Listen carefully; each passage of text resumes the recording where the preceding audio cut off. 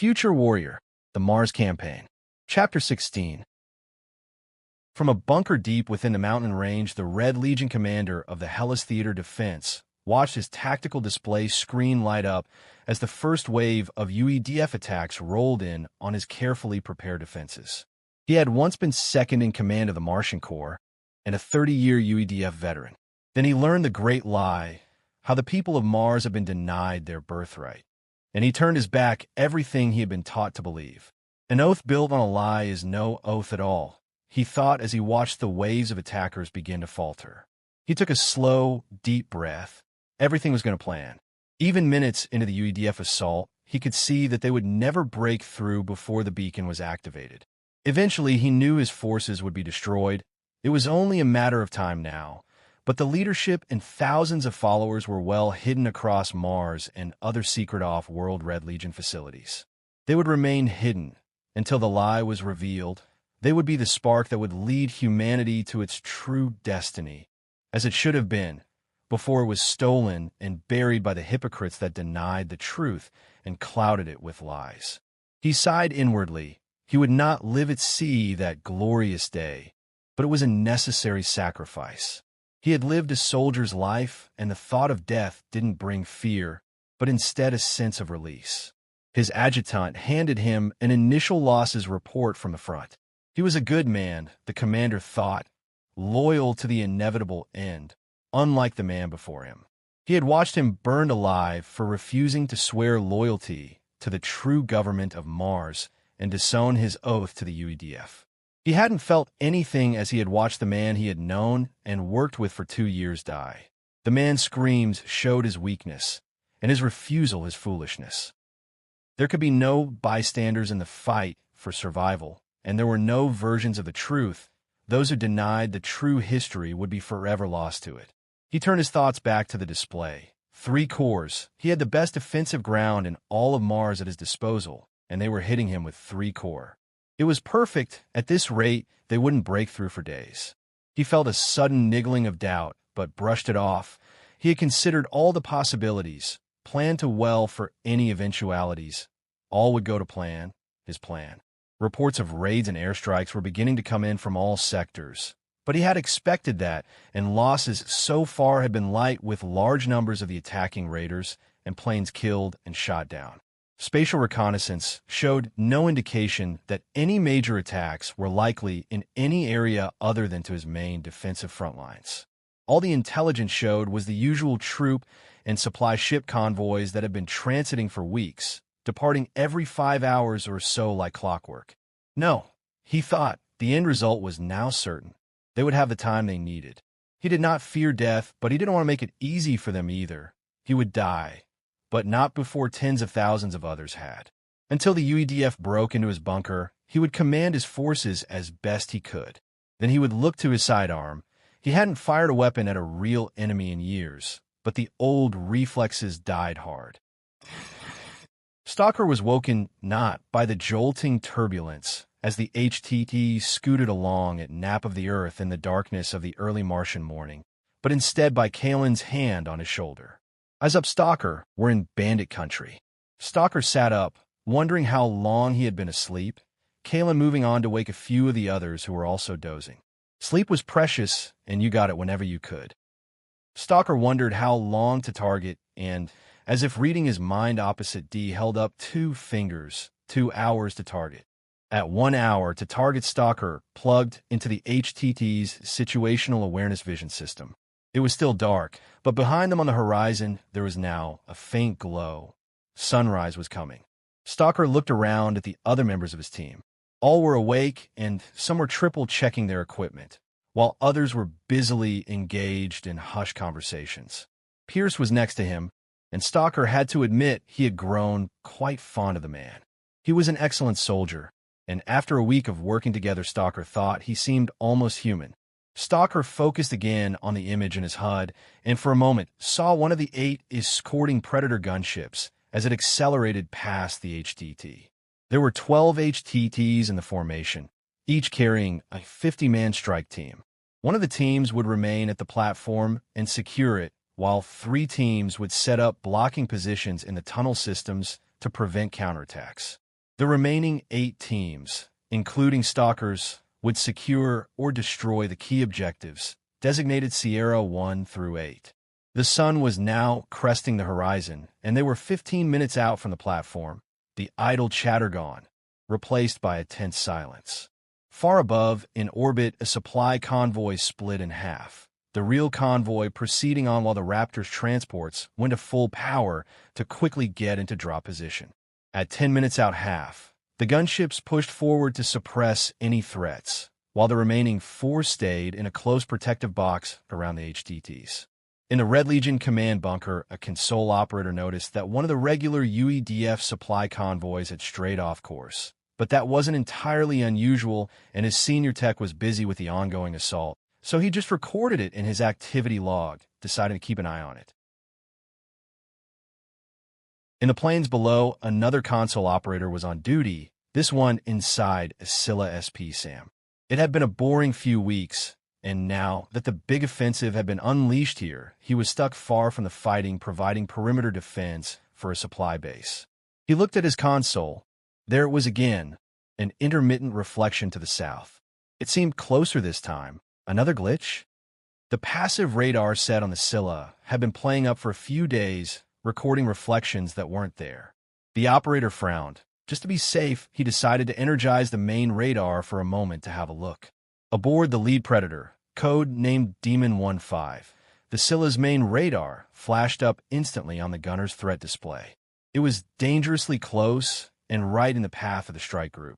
The gunner reacted fast, and 2 sleek anti-radiation missiles dropped from Demon 15's weapons bay and sped at 3.5 times the speed of sound to their target. In the Scylla, the operator's mouth dropped as his display lit up with over a dozen targets within 5 kilometers and closing fast. He flicked the fire control system to auto, and the Scylla's fire control computer automatically locked the targets and fed the onboard missiles guidance data. The process took a painfully slow 3 seconds. Then the first missile cleared the launcher and flashed away into the morning light. As a second missile was launched, the 2 missiles from the Predator arrived. One struck the Scylla in the tracks and lifted the whole vehicle 2 feet off the ground. The second struck the large turret, boring through the thin armor and detonating, destroying the missile magazine and the second missile that was only half out of its tube. The Scylla died in a massive fireball, but it didn't die alone. Its first hammer strike missile locked onto the nearest target, Demon 15, and slammed into it. The heavy missile cutting the sleek gunship in 2, the first blood of the assault had been drawn. Stalker saw the distant flash, but there was no chatter on the TACnet, as they were under strict silence protocols. He did, however, feel the HTT go to full power and begin a climb. 5 minutes to target. In orbit, the Raptor's transports dropped their cargo en masse, and 18,000 heavily armed troops, the entire division minus the 10th Divisional Training Regiment, and all their equipment began their one-way journey, their commander sending out a message to them all as the descent began. The message was short and to the point. It is an honor to lead you into combat. I will see you all on the surface. Destiny awaits. The HTTs strained and shuddered as they poured on altitude to reach the platform high up on the mountainside. Further ahead, the 3 remaining advanced Predators tore over the platform, unleashing hell as they went. In unison, they poured a frightening amount of firepower onto the landing pads, smashing the transports and vehicles on them into burning piles of wreckage. This seemingly wanton fire was, however, carefully directed to avoid the tunnel entrances and hangars, which were needed to access the lower levels. The Predators focusing on sweeping all possible resistance from the landing pads. Fast on the Predators' heels, the HTTs arrived. Stalker felt his stomach churn as the HTT rose over the platform, and then with a slight flaring of its nose plummeted down. The moment the HTT touched down, the rear and side exit ramps dropped, and Stalker and the others charged out into a world that was alive with noise, smoke, and whistling pieces of superheated metal. As Stalker emerged out of the HTT behind Link, he saw an anti-tank rocket streak out of the nearest hangar and strike another HTT that was just setting down. The HTT shuddered and dropped the last few meters like a stone, landing nose first with a sickening metallic crunch. The doors opened and dense black smoke poured out, followed by tumbling and falling men, some of them on fire. Stalker's entry point was that hangar, and he passed Link, who had paused and loosed a shot with his eliminator at some unseen target deep within the cavernous entrance. Stalker and most of the others charged headlong into the hangar. There was no tactical finesse in the attack.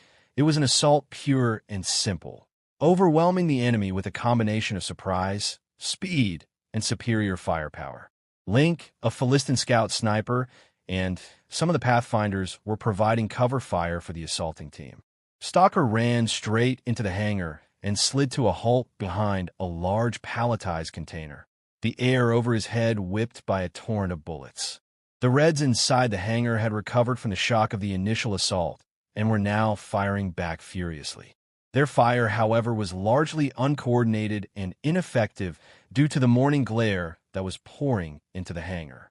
The assault troops, with the visual enhancement of their helmets, had no such problems, and as Stalker looked around the corner of the container with his rifle, he saw a few dozen muzzle flashes at the rear of the hangar coming from in and around a collection of freight pallets. Some of the wildly flying rounds struck Stalker's container, and to Stalker's surprise, liquid began gushing out. One look at the color, and he knew what it was. Oh shit, it's fuel. Stalker was on his feet and running in record time. The others had already moved up and now held 2/3 of the hangar. In contrast to the wild shooting from the Reds, the fire from the UEDF team was slower and more deliberate, and it quickly began to tell, as one by one the muzzle flashes at the far end of the hangar began to flicker out. It was all over in minutes. The brisk firefight for the platform was over, and even as the last Reds died in the hangar, further vengeance was arriving on swift wings from the sky. From orbit now arrived hundreds upon hundreds of orbital assault pods. They were met by scattered missile and anti-aircraft fire, which took a toll, but it was nowhere near enough to stop the landings. Several dozen pods landed on the adjacent platforms, and from them poured Raptor's assault troops, furious firefights breaking out. The majority of the pods, some several hundred in number, landed in and around the Red Legion supply base at the foot of the mountains. Not only were there the standard 12-man assault pods, there were also the slightly taller Strider and even larger vehicle pods, which delivered their lethal cargo of Striders and light armored vehicles right into the action. The pods came down like a never-ending hailstorm upon the Red defenses. The troop and vehicle pods were quickly followed by waves of supply and maintenance pods to support the fighting division in the field. The effect was like layering one base on top of another. The Red Legion base was being crushed beneath the weight of the Raptors. Stalker and his team, Echo Team, paused in the hangar after securing the tunnel entrance to check on the progress of the other teams. Only one HTT had been hit, that belonging to Charlie Team. Charlie had taken severe losses and was rapidly retasked with holding the platform, while Foxtrot Team took over their objective. Stalker's Echo Team, through a combination of skill and luck, had taken no losses, and all teams were now cleared to advance. There were 9 access tunnels that converged below ground into 3 larger service tunnels, each of these in turn leading to a separate transit hub, each of which serviced a network of 4 massive transit tunnels. Some of the transit tunnels lead to the objectives, while others led to different settlements within the massive Hellas complex, which stretched hundreds of kilometers through the mountains. It was at these 3 transit hubs that the blocking teams would set up, while the assault teams moved on to their targets. Stalker entered an access tunnel from a hangar. The tunnel was about 2 meters by 2 meters, with reinforced plascrete walls and a non-slip-coated floor. Link and a Pathfinder sniper called Trip were covering the tunnel. "You two take point, go." Stalker and the others moved out a few seconds later, hugging either side of the narrow tunnel walls. After about 75 meters, they came to the intersection where the access tunnels converged, and they joined with 3 of the other teams, and together moved into the service tunnel. The service tunnel was larger, about 3 by 3 meters, and it was here that the large elevator from the landing pads descended down to. Stalker also noted a roof-mounted electrical rail system for moving equipment easily to and from the elevators. So far, They had met no resistance and mission was proceeding according to the optimum timescale, but in Stalker's experience, so far on Mars few things worked out as planned. Echo Team lead the way as 200 assault troops and Pathfinders poured down the tunnel seeking the enemy. As they rounded a slight curve in tunnel, they suddenly emerged at the transit hub and straight into a shocked group of Red Legion supply workers. The Reds were in overalls and in the middle of unloading a number of electrically run freight vehicles. They scrambled for their weapons, having been clearly oblivious to the events above, but were cut down in moments by the heavily armed men who poured out of the service tunnel. As the echoes of the gunfire faded away, Stalker had a moment to take in the transit hub. It was a large cavern with storage racks on the walls for pallets and more networks of a roof-mounted electrical system that powered the electric freight vehicles that were used underground to prevent fumes from engines from building up. Delta Team moved rapidly to secure the hub, while Echo, Foxtrot, and Golf teams moved down different tunnels towards their objectives. The transit tunnel Stalker entered was large, at least 5 by 5 meters with reinforced walls, and offered little cover. Stalker also noticed something odd. Large power cables had been laid on the tunnel floor, running down its length into the distance. The force was advancing in 5 10-man sections led by Kalen with Red Section, and as they entered the next cavern, they met their first real resistance. As Kalen rounded a corner, the cavern opened up before him, and he saw a dozen armored vehicles parked at a maintenance facility protected by machine gun emplacements. Around them, several Red soldiers were standing, idly chatting. Kalen loosed a 50mm frag round at the nearest group from his M503 and charged, "Contact front." The assault troops and Pathfinders poured into the cavern and swept forward, the surprised Reds hastily taking cover behind anything available and beginning to return fire. As Stalker entered, he saw that the cavern was a maze of machinery, mining equipment, and materials of every conceivable kind, much of it very old and in a state of disorder. Enemy soldiers continued to pour seemingly out of every direction. Stalker thought it was like seeing an ant nest that had been disturbed. Stalker quickly moved left of the tunnel entrance and saw a Red jump onto a nearby heavy machine gun. Throwing up his rifle, Stalker rapidly squeezed off of several shots while still on the move. One of the big 12mm impulse rounds struck the Red in the forehead and snapped his head back, the man falling out of sight.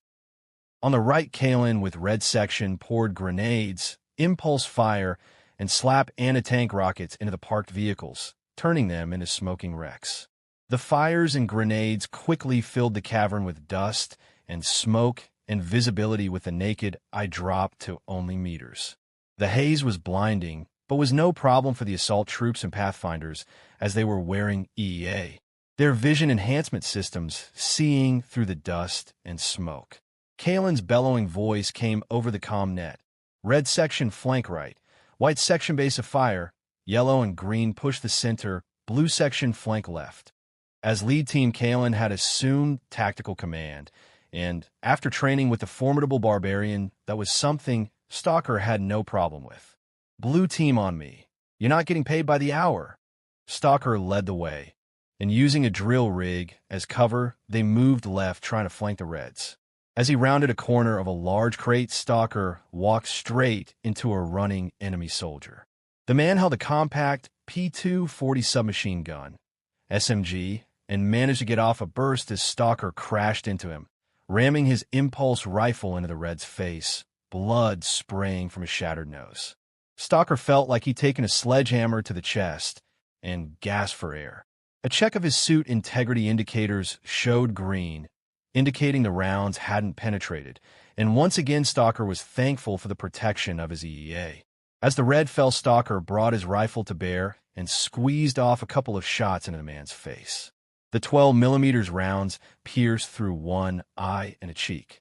The impulse warheads detected soft tissue and penetrated 3 full inches before detonating, the man's head exploding like a ripe melon in a mass of gore. Stalker didn't even take any notice as he moved on, ducking, moving, firing, ducking, moving, and firing, keeping the pressure on the Red defenders and trying to ignore the sharp pain in his bruised ribs. The world was alive with flying debris and ricocheting bullets intermixed by bright blue bursts of impulse fire as the tactical teams moved from cover to cover, pushing the red defenders steadily back. Stalker guessed they had swept through half the cavern. The ground was littered with dead and dying, and the air was thick with dust, while here and their fires burned. Stalker glanced at his men.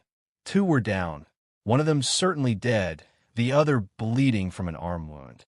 Stalker ran dry and dropped out the empty magazine, which clattered on the plasticrete floor. Loading! A slap anti-tank rocket flew over Stalker's head and impacted on the wall behind him. The impact knocked him to the ground as chunks of plasticrete tumbled in all directions. A big Viking grabbed Stalker and bodily dragged him to his feet. Stalker shook his head to clear the daze. "You all right?" Stalker looked at his limbs. "All still there. I'm fine, move up. We have to keep moving." As Stalker began to follow the firing, suddenly slackened off and then petered out. "What the hell? Let's go blue. Sweep and clear. Keep the pressure on."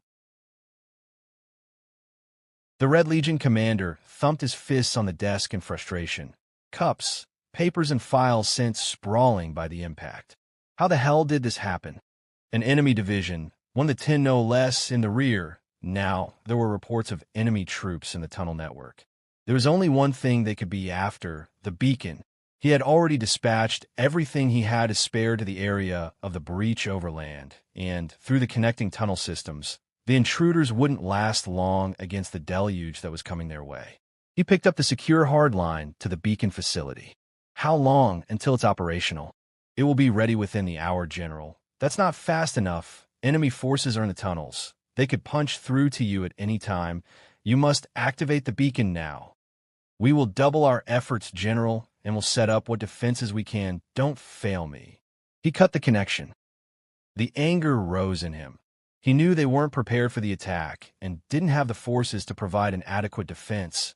How had he missed the danger? How had he never considered the possibility of a raid deep in the tunnels from the surface platforms, or that the UEDF would learn their plans? He had to get forces to the beacon.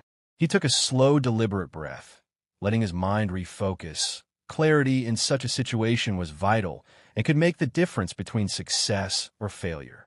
He looked to his waiting adjutant. "Commander, where are those reinforcements?" Stalker and the rest of Blue Team had moved up and rejoined with the others at the end of the cavern. Echo had lost 5 men, and another 6 were reduced to walking wounded in the short, sharp battle. "We have to keep moving. They know we're here now. We must reach the objective." Stalker looked at Pierce. He and the other remaining Pathfinders seemed very much on edge. Dee's voice broke the momentary silence. "According to the schematic, the objective cavern is about 900 meters further in. Let's go. Double time, I've got point." They moved out at a jog, but had only traveled about a quarter of the distance when they suddenly came into another large cavern. As they spilled into it, Stalker saw it was a massive elevator, the immense shaft rising above their heads and disappearing out of sight as it rose upwards to a distant platform far above. "This isn't on the map?" The shock got even worse when they realized that the elevator serviced an even larger cavern. The cavern was at least several hundred meters across. It was also not like the other caverns that they had already passed through. It had walls of rough red rock, not smooth plasticrete. The immense space was filled with outcrops of scaffolding frames, mining equipment, and various sized HAB buildings. It looked like a mining camp. Their surprise was cut short as heavy rounds started to impact the walls around them, sending chips of rock flying. The Raptor's commander, Eagle One, surveyed the scene spread before him. Red Legion artillery was pounding his front line. He could see great plumes of red earth, dust, smoke, and fire being thrown up by the heavy shells. Through the debris, he could see blue impulse fire meeting green tracers and the black puffs as grenades exploded.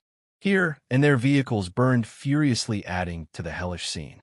The base had been seized without great difficulty, and losses in the assault had been lighter than he had expected. But then the counterattacks had begun, 6 so far. Casually, he threw a glance skyward. It was filled with smoke trails from aircraft and missiles as UEF air power tried to break through to deliver supplies and provide close air support, CS, to his beleaguered division. the losses in aircraft being frightfully high. Standing next to him, his aide-de-camp waited for orders. The Raptor's commander knew as he stood there that his men were dying, but the lines were holding. What he really needed was the Air Force to silence the enemy artillery. The shelling was murdering his frontline troops. "I will not see my division destroyed this day," he promised himself. His jaw set in determination, and then began to shoot off his latest set of orders in rapid fire to his waiting aide. "Pull one section and two from the infantry reserve and reinforce the center. Tell Commander Eckhart I want as much suppressing fire as possible on grid section 16. Inform Assault Commander McDaniel I want his armored reserve to hit the right flank while Eckhart's light guns suppress the enemy's center. Do you know what I mean?" "Yes, sir. Very good. And tell McDaniel I want his entire reserve committed, including the last of his Striders."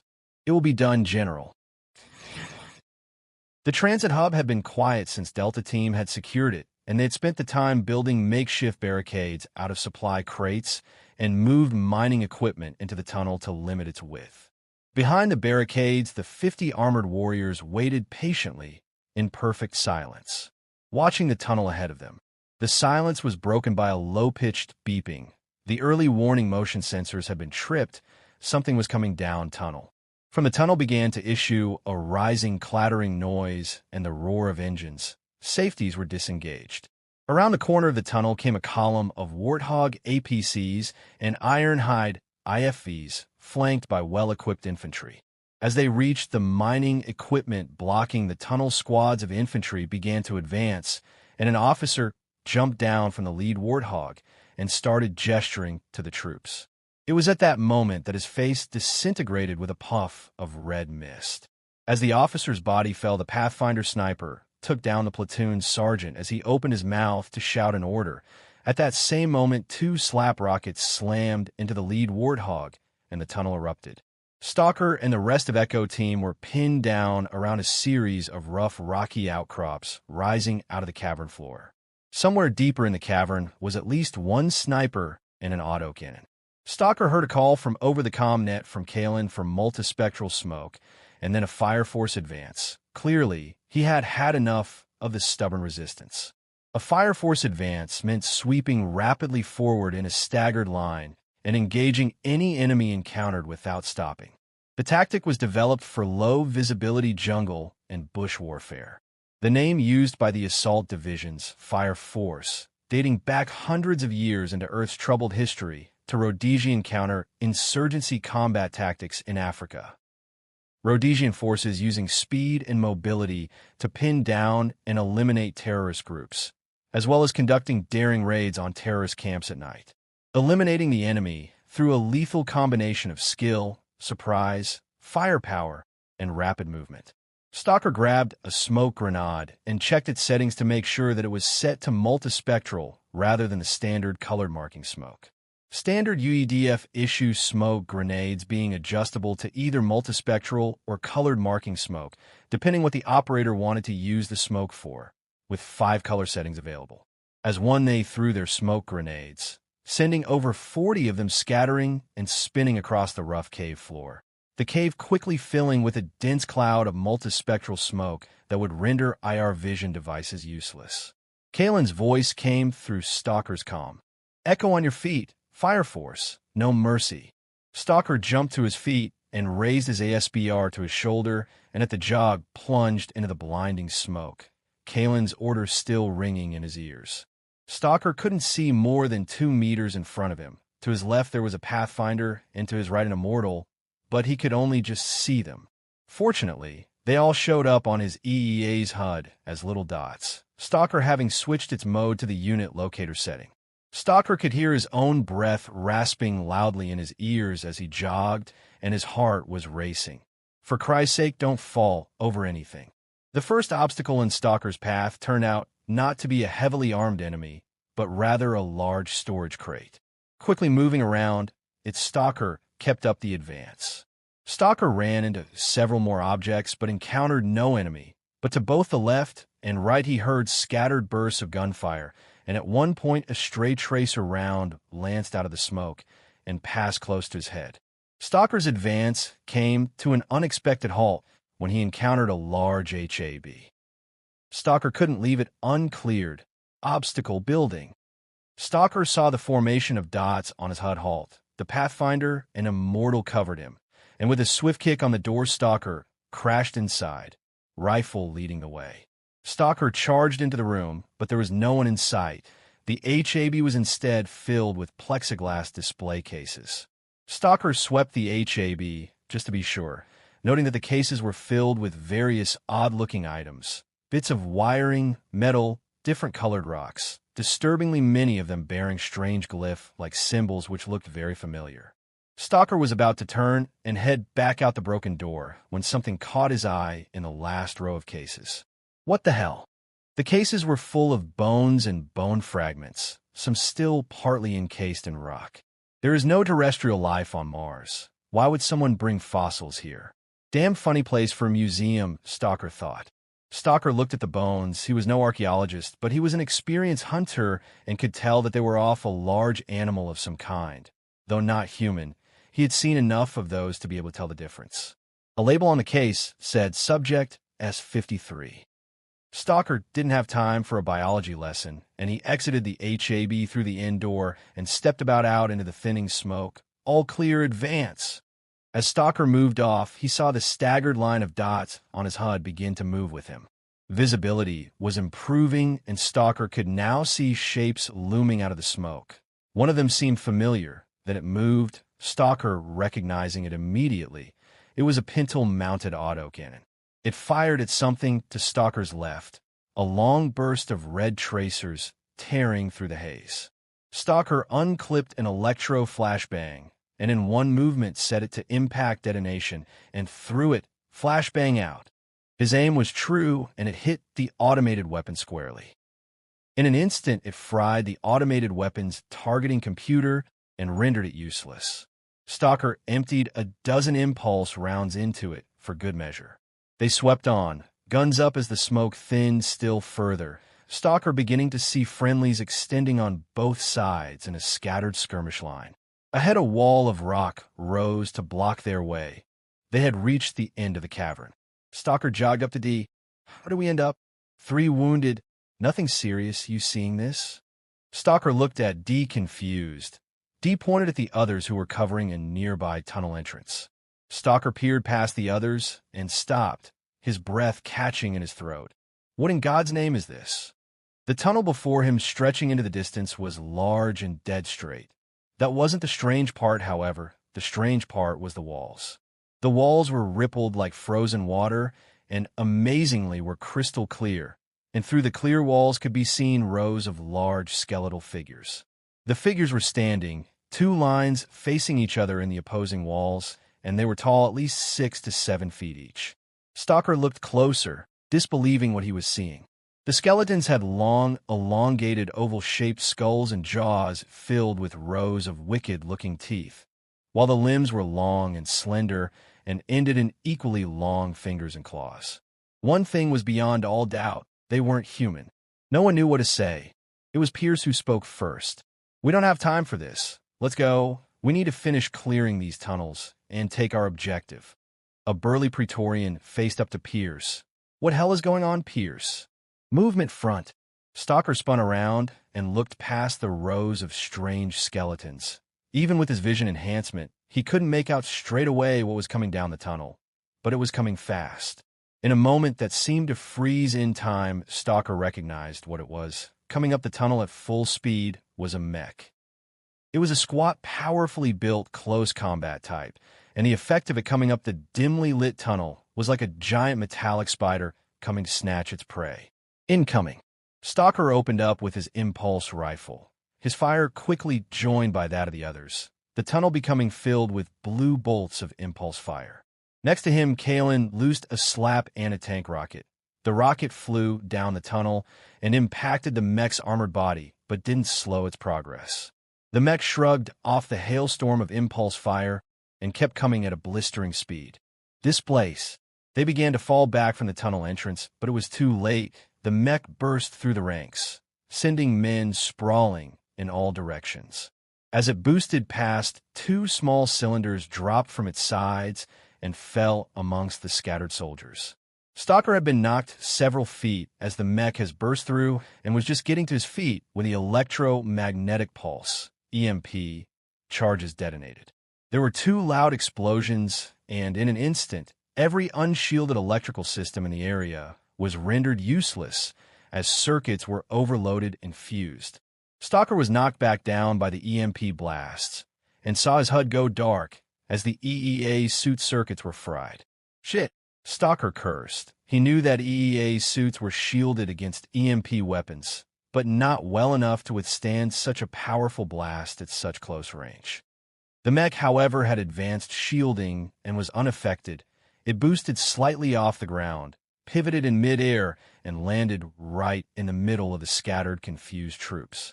A cloud of dust swirled around it from the impact, the mech looking ethereal to the dazed men at its feet. The mech grabbed a Pathfinder and threw him crashing into the cavern wall with a sickening crunch. Stalker rolled and fired a 50mm heat grenade into the mech's side. The round beat the mech's defenses and impacted on the advanced armor, leaving a black scorch mark but causing no damage.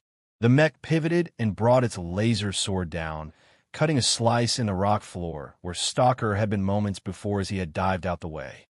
Like an enraged animal, the mech activated its flamethrower, and its top half spun through 360 degrees, sending a wall of superheated blue chemical flame spreading in all directions, melting armor and burning flesh. The survivors continued to pour grenades and impulse fire into the mech as it went wild, kicking, stomping, and throwing men in all directions. Stalker saw a singed-looking Link rise up behind the thrashing mech and aiming carefully fire several quick rounds from his powerful Eliminator rifle. The mech detected the impacts and spun to face him. He fired again, smashing its primary forward optics. The mech responded by boosting forward at blistering speed. Link, with amazing reflexes, dived between the legs of the mech and scurried clear. Inside the mech, the operator, one of two crewmen in the Nightshade pattern close combat mech, switched to backup visual systems. The momentary delay, however, proved to be its undoing as a prone Kalen set a C6 charge to full yield with a 2-second delay and hurled it at the stationary mech. Everybody down. The charge sailed through the air, and just as it bounced off the mech's armored flank, it detonated with spectacular results. The explosion threw the mech bodily into the nearby cave wall, dust and rock flying, the explosion echoing deafeningly in the enclosed space of the caverns. With a crash, the mech tumbled in a heap, adding even more dust to the chaotic scene. Stalker dragged himself to his feet. Around him was a scene of carnage. Bodies lay everywhere, dead, alive, and dying, all being covered by the settling red dust. Stalker ran to the mech's prone bulk. Clear up. Rifle leading the way, he moved around the mech, watching for any sign of movement. In the corner of his vision, he saw others getting up, scrambling for discarded weapons, and beginning to check those who were down.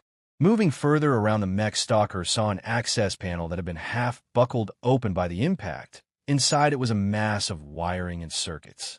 That looks important. He threw in a frag grenade. Frag out. The grenade tore through the interior operating systems of the mech and blew the hatch across the cavern, smoke billowing from the hole. As the adrenaline began to fade, Stalker looked around him. Link was kneeling over a fallen Pathfinder. Kalen was limping towards D, who was working furiously on a wounded barbarian who was bleeding from a ragged hole in his chest armor.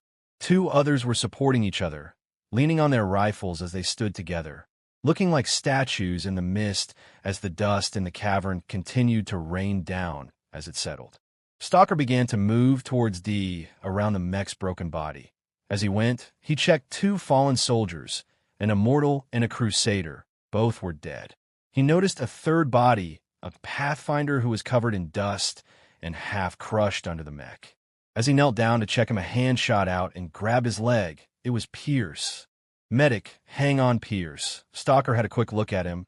He was broken up pretty badly, his legs crushed beneath the massive weight of the immobile mech. As Stalker checked him, Pierce coughed and spat blood. Internal injuries, as Stalker surmised. Medic, god damn it. Pierce reached up and grabbed Stalker, pulling him closer, speaking in slow and deliberate tones. You need to secure the objective. Leave me. No one gets left behind. You know that. You don't understand. Pierce looked away towards the cavern roof. His breaths were ragged. You deserve to know why we're here. Stalker looked around but saw the others were still occupied and drew a morphine injector from his kit, but Pierce grabbed at his hand. No, I need a clear mind. You must listen to me. You need to know so you can carry out the mission. With a bloody dust-caked hand, Pierce pointed back towards the tunnel the mech had come from. You saw the bodies in the walls. They're the reason for everything. This war, the mission, the 10, everything. Stalker looked at Pierce's face. He was sweating and his complexion was waxy. He had seen it before. Pierce was bleeding to death internally, and there was nothing Stalker could do about it. He needed a surgeon. Stalker tried desperately to lift the metal that was pinning Pierce, but it wouldn't budge. Leave it. Listen. The 10 found this place centuries ago. They found this facility, the bodies, the Deimos. Stalker looked at him confused. Deimos was one of the small moons that circled Mars. The 10 found this place. They found technology here, ion drives, fusion reactors, pulse weapons, Goliaths, nerve interfaces. It was a deserted Deimos military outpost. The 10 realized the threat that the Deimos could pose and united to form the League. They studied the technology and used it to defeat our enemies and build our own advanced weapons. Stalker sat down heavily, not believing what he was hearing. The man was clearly crazy. Pierce made a gurgling sound and spat more blood, the blood mixing in with the red dust on the cavern floor. The 10 realized that only a unified Earth had a hope against enemies like the Deimos. They realized we weren't alone, that potential enemies lurked amongst the stars. He broke into a hacking cough, and it sounded like he was trying to cough up his lungs whole. A few moments passed before he could speak again. They formed the assault divisions to be the elite fighting force of Earth, able to fight our enemies anywhere in the galaxy if it ever came to war, the very best of us to hold them back. Then they formed the Pathfinders to keep the secret and do what was necessary, the 11th of the 10. If the news ever gets out, it could cause a planet-wide panic, undo all the efforts of the 10 and destroy what so many people have died for. Do you understand? Pierce tightened his grip, the force crushing. You cannot let that happen. I've sacrificed too much, everything, my life, my wife's life, everything. Stalker shook his head as he scrambled to process Pierce's words. But how could the Reds? A beacon. We learned that they are rebuilding a beacon in one of these caverns. It will send a signal on a Deimos frequency into deep space. They want to bring them here. We couldn't risk them knowing we knew. We have only one chance to take down the beacon. If they suspected we knew, they could have relocated it, and our chance would be lost. Pierce collapsed back, exhausted. Stalker's mind raced. Bring them here? Pierce nodded weakly. Yes, they think the 10 has cheated humanity out of its destiny by burying the secret of the Deimos, the secret of other intelligent life. We deciphered the Deimos language. They're a brutal race who exist only to destroy and fight. Even a united Earth might not be strong enough to stop them. You must find that beacon and destroy it. Our information says it's almost finished. Stalker was desperately trying to assimilate what he was hearing and at the same time keep Pierce awake. Pierce, what happened to your wife? Pierce fixed him with a stare. She was a Pathfinder, a sniper. She was supposed to be on this mission. She was murdered. I'm going to kill him and lay his heart at her feet.